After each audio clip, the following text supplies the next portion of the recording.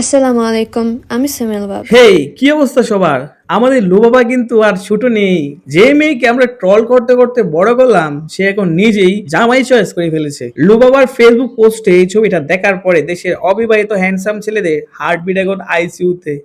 কারণ লুবাবা যে পাত্রটি করেছে তাকে দেখার পরে মনে হচ্ছে বিধাতা হয়তো রূপ দেওয়ার সময় সবটুকু লুবাবাকেই দিয়ে দিয়েছে, আর বরের জন্য শুধু কুইতি পারফিউম আর কপালটাই বাকি রেখেছে।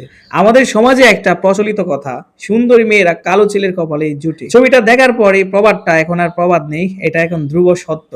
মানে আমাদের দেশে জিম করা ফর্সা স্টাইলিশ ছেলেরা এখন আয়নার সামনে দাঁড়িয়ে নিজের সৌন্দর্যকে অভিশাপ দিচ্ছে।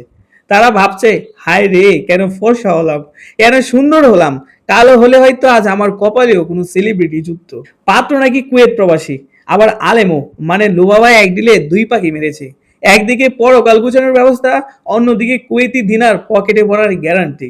লুবাবা যখন বলেছিল তিনি ধর্মীয় পথে চলবেন, আমরা ভেবেছিলাম তাসবিহ হাতে নেবে, কিন্তু তিনি তো দেখি এক ধাপ এগিয়ে সরাসরি কুয়েতি সুগন্ধি ব্যবসায়ীর হাত ধরে ফেললেন। একেই বলে স্মার্ট মুভ। লুবাবা ফেসবুকে ছবি দিল কিন্তু পাত্রের মুখ দেখালো না। কেন? হয়তো তিনি জানতেন মুখ দেখালে নেটিজেনরা বলবে, আপু এটা কি আপনার বর নাকি ফিল্টার ছাড়া কোনো ছায়া। এখন যখন পাত্রের পরিষ্কার ছবি বের হয়ে গেছে, তখন বোঝা যাচ্ছে কেন লুবাবা মুখ লুকিয়ে রেখেছিল। আসলে সৌন্দর্য আর সম্পদের এই ব্যালেন্স, এটা মেনটেন করা সবার কাজ না। আপনারা যারা ভাবছেন জিম করে বডি বানিয়ে আর দামি ক্রিম মেখে সুন্দরী বিয়ে করবেন, তারা এই ছবিটা প্রিন্ট করে পকেটে রেখে দেন।